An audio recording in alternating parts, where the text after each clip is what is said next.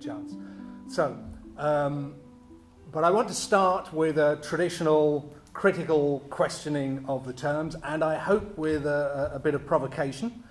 So I don't believe progressive politics is a particularly useful term. I think it masks more than it reveals. I think it's difficult to apply usefully in the UK generally, and I wouldn't even dare to try to apply the term in terms of the political parties in Northern Ireland. And I wouldn't call myself a progressive Green. I'm a Green, but I wouldn't be comfortable with that term. In passing, I'd just like to say that confusion over that term progressive politics cost the Green Party of England and Wales really dearly in the last election. We lost about half our vote, and I think a lot of that is down to confusion over what progressive means. However, this kind of definitional dispute could take up the whole session, the whole day, so I want to park that for the moment and just ask you to agree that we're going to use progressive politics in what I'm about to say as shorthand for, in the general UK context, not Conservative or UKIP, and see how far that gets us in terms of thinking about Brexit. So first of all, I have to say that like most one-dimensional terms, it gets us nowhere in terms of explaining the Brexit vote, because I would argue that the constituencies on either side of the referendum divide are just too plural and differentiated to be usefully understood on one dimension. But looking forward, can it help us out of the bloody awful mess we're in now? Is there such a thing as a progressive Brexit? So I think there are two obvious main candidates for that label. So bearing in mind the way I'm using progressive politics in this brief intro. One is a socialist Brexit, or what has been called a Lexit, left exit, and the other is a green Brexit. So a good example of the Lexit camp, if you like, was Larry Elliott's article in The Guardian in July this year. I don't know how many people saw this, but he asked, and this was the headline, "Why the moaning? If anything can halt capitalism's fat cats, it's Brexit." And he went on to argue in the subtitle, "By leaving, we can have the sort of radical socialist program that would be illegal under EU law."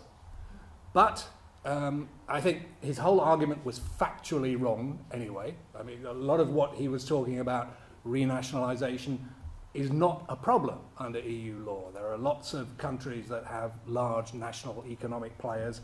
The EU's perfectly comfortable with that. This was pointed out by several respondents, including my own Greenhouse colleague Victor Anderson, wrote a great letter in response. Overall, I would argue that this kind of Lexit argument is little more than wishful thinking of a kind we're long familiar with on the left in the UK. So as for green Brexit, there are two versions of this in circulation. One is a fairly shallow one, where green applies narrowly to what you would call the core policy areas, traditional policy areas for Greens, such as agriculture and climate policy. My response there is that as important as this is, it is by no means the core of the wider or bigger green political project that I think I'm engaged in, which is concerned more with wider structural relations between the political and economic systems and the state. So green Brexit, in fact, is so kind of comfortable as an idea that even Michael Gove uses it to describe the direction of travel he wants for DEFRA. And I don't think anybody in this room or elsewhere confuses Michael Gove with someone who wants to abandon growth, for example, in favour of a radical green transition.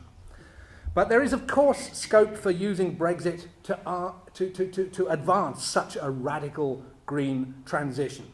And a way of doing this has been set out admirably by my colleagues in Greenhouse, Rupert Reed and Victor Anderson, in a report they did for Molly Scott Cato, which is entitled Brexit and Trade. I mean, at that point, she was actually avoiding the term. She didn't want it to be called Green Brexit precisely because it's come to have this kind of relatively shallow side meaning. But I'd recommend that as something that sets out in quite good policy detail how Brexit might potentially enable a radical green transformation of the UK. The problem with that argument, and Molly and the authors actually acknowledge this, but Larry Elliott doesn't in his Lexit argument, that these outcomes, a radical socialist Brexit or a deep green Brexit, they both require a government which is willing to pursue them and an electorate which is willing to support them. And I would argue that neither of these are in existence at present or even a remote prospect. Notwithstanding the difficulties of the present government and the electoral rise of Corbynism, we are nowhere near where, as a country, we would need to be for a radical green or a radical socialist Brexit. To believe that these things are in prospect, a change of government, an electorate ready to support radical progressive policies, using that shorthand, to believe that is, I think, one of the many misreadings that are around of the Brexit referendum result. There are two reasons for this misreading. Firstly, it recognises correctly that Brexit is a moment when things are up for grabs. And it's an opportunity for radical change. That, of course, is, part of what prompted that vote. So that obviously is true. Things are up for grabs. There's confusion, chaos, not least in the Tory party. But we need to look slightly beyond that, as I'll do in a second. And secondly, the second reason for this kind of misreading, the idea that this is a kind of revolutionary moment, is because of the importance in the referendum vote, in the Leave vote, of the trope of taking back control. Progressives, in that shorthand, are, of course, in general, very sympathetic to this concept of taking back control, as it suggests a desire for localization and for democratic participation that is at the heart of most forms of politics that are called progressive, whatever their other differences. However, a belief in the possibility of a Lexit or a Green Brexit requires either that the electorate is ready for radical change in that direction, or perhaps that the opportunity can be seized to push it through while the electorate is looking the other way. But, looking beyond a step, if you used this and you pushed something through, and then you found that it didn't have democratic basis, democratic mandate, where would you be in 5-10 years' time? You'd be in a worse position than you're in now. In the particular case of Brexit, the other fundamental problem is that the people wanting to take back control were overwhelmingly, despite what we might like to think, they were not sympathetic to green or progressive motives for control, but, if anything, to the opposite. This applies both in an obvious way to the political leadership of the Brexiteers, who even within the British Tory party are on the right, fairly extreme end, and nationalist, Johnson, Fox, Davis, all these people, but also to the people who voted for Leave. So here, this is, 8 months after the referendum vote, a survey conducted by YouGov. I've boiled it down to some of the core things, but I think it's pretty, it's pretty scary just as it stands there. 53% of Leave voters want to bring back the death penalty. 48% of them want to go back to selling goods in pounds and ounces.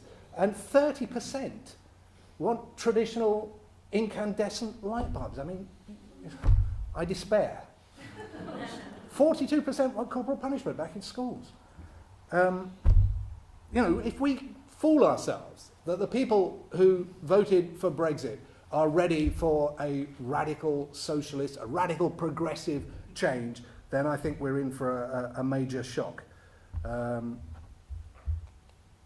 Here's more evidence of the same thing in somewhat more detail. And, you know, I think this shows the wishful thinking around. This was in Lord Ashcroft's exit poll. He did this already, you know, the day after the vote.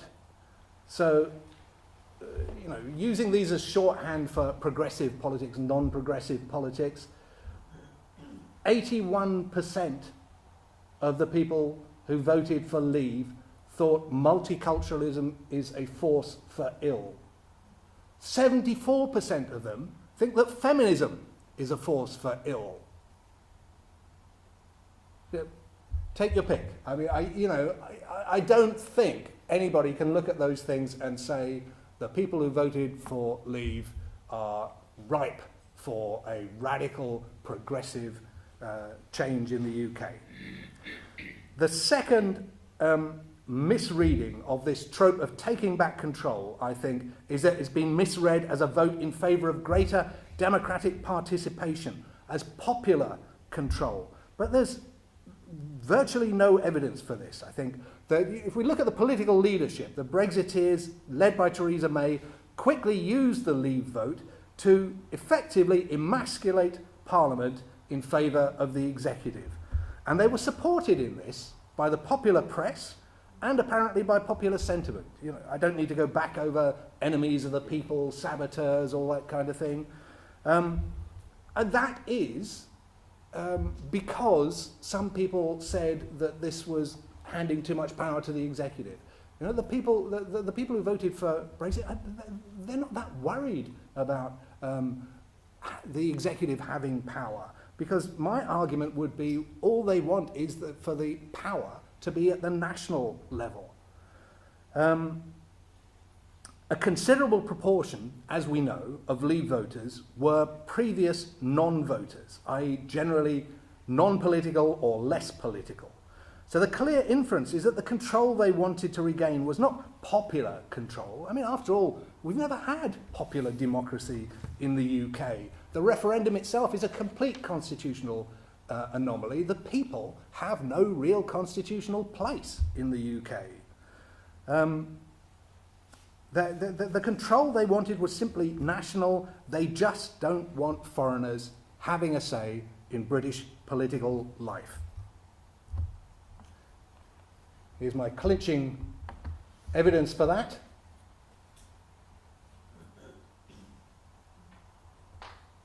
That's, obviously it doesn't represent all Leave voters, but it represents something of that mentality. So it's clear to me that by control, most of the people who were attracted by that trope, they don't mean some form of participative democracy. What they mean is basic accountability. And that's why the term has so much traction, particularly when applied to the EU. They can't kick the bastards out. Yeah? They don't want a referendum on every issue. They don't want to become party political activists and debate and mandate their representatives every Saturday afternoon. They don't want that. They just want to be able to kick the bastards out when things are not going very well. And if control is wrested back to the national government level, then at least they can do that. Now, there's nothing wrong with that instinct.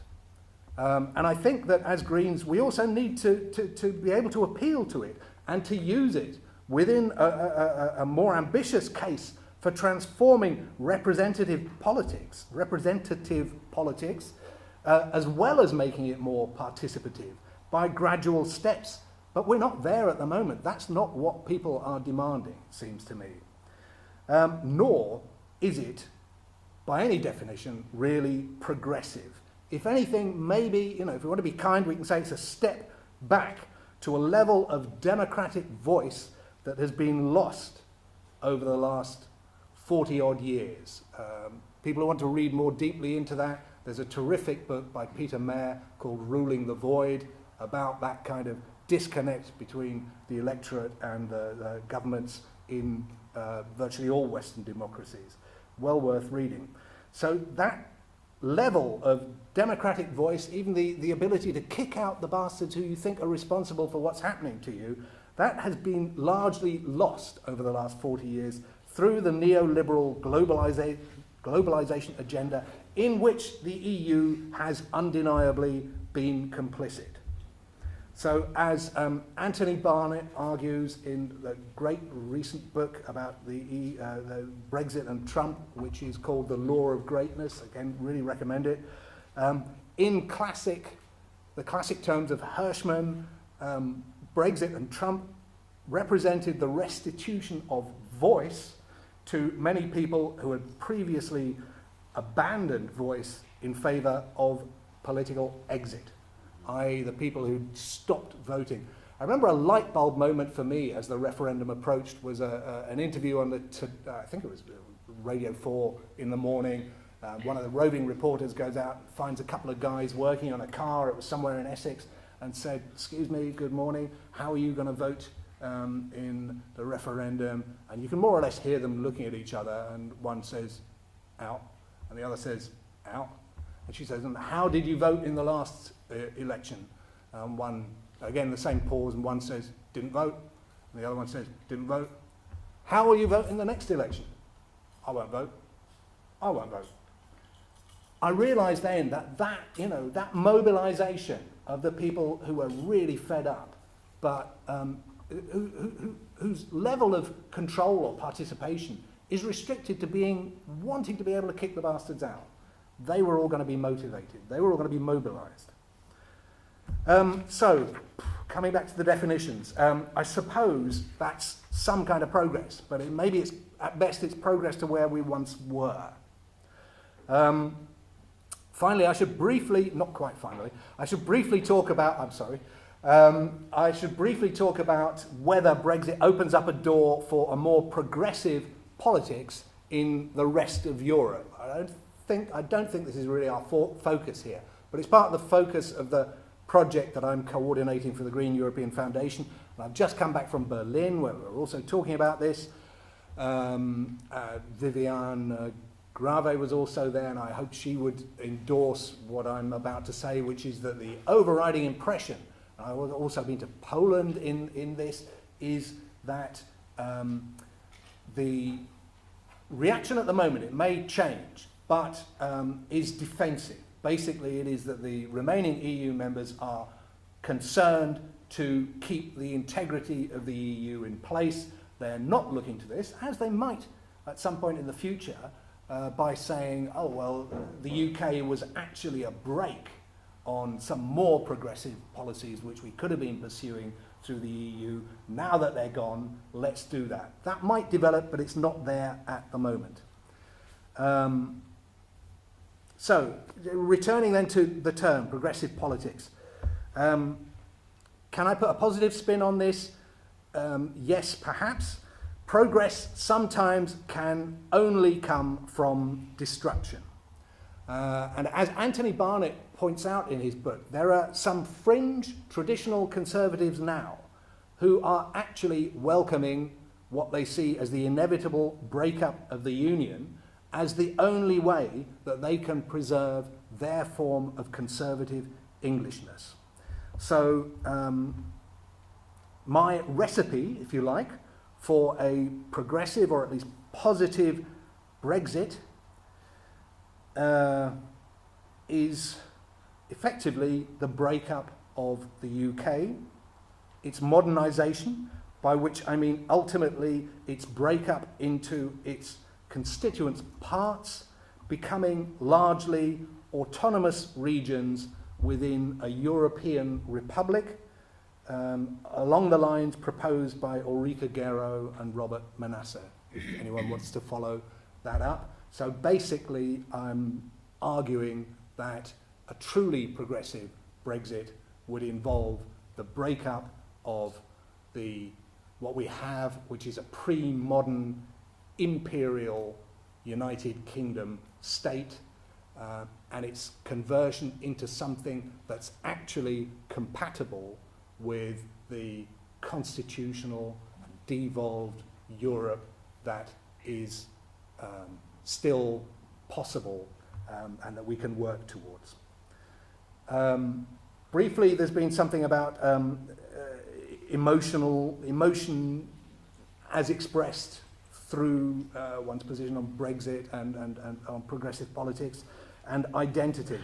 And if I haven't desperately overrun the time, then just very quickly, before the Scottish independence referendum, my emotional identity position was very well expressed by James Meek in the London Review of Books. Like me, he's a half Scot, mainly brought up in England, and traditionally, or up to that point, comfortable in the identity of Britishness. So he was emotionally attuned to an independence vote, but his fear, like mine, was expressed in a lovely phrase. He said, "I don't want to hear a door closing to the north and find myself locked in a room with Nigel Farage." And that's what I thought about it as well. However, Brexit means that that is happening now anyway, and it would be a mistake to not recognise that. The British identity is being taken away from us. What we're going to be left with effectively is a real English predominance of a kind we haven't had for a very long time. I mean, you just briefly need to look at Theresa May's cabinet is the most Southern English there has been for over 100 years. I mean, there's barely even Scottish membership of it, which is unthinkable if you think about British post-war politics. Well, Michael Gove is nominally a Scot, but I mean, he's a caricature Englishman. So let us not miss the fact that Britain is already breaking up through this Brexit, through where we are with Brexit at the moment and the way it's being handled. There is a terrific article that I came across the day before yesterday, came out the day before yesterday by the Scottish editor of the New Statesman about how Scottish left unionists like him are starting to feel about this. And it's beautifully expressed. He's got a little music hall, a quotation from a music hall song there, which I just quickly want to read before I finish. And it goes, "One evening last October, when I was far from sober and dragging home a load with manly pride, my feet began to stutter and I fell down in the gutter, and a pig came up and lay down by my side.